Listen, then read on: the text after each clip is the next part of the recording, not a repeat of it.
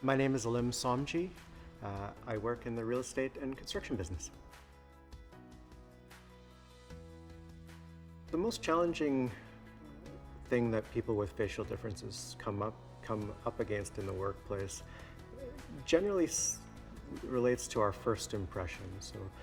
So much of the working world is reliant on making that first impression when you meet somebody, and especially in jobs and hospitality jobs, your success is going to be dictated on your ability to connect with other people.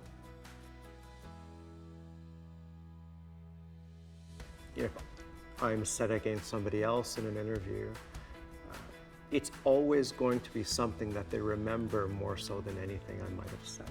People from our community have a lot of difficulty with the interview process because people generally are not prepared to have that discussion or see somebody with a facial difference when they first walk in. And it's tough, and it takes preparation and repetition to be able to move past that at that first meeting. I think the most important thing for human resources generally is awareness. Most EDI policies do not have facial differences as a part of them. If we look at job postings that generally now reference equity, diversity, and inclusion, generally speaking, facial differences are not mentioned because that awareness is not there. And facial differences are unique. They don't necessarily mean disability, though some facial differences can cause a disability.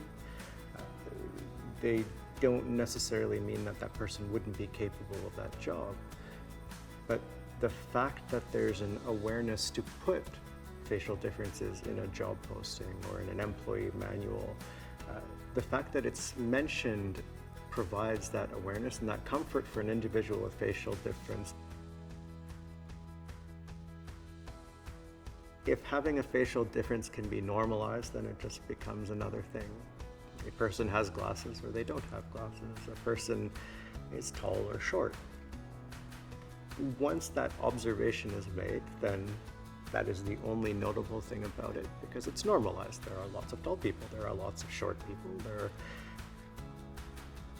If that could be accomplished, then I think that's true equity, and that's success for a workplace.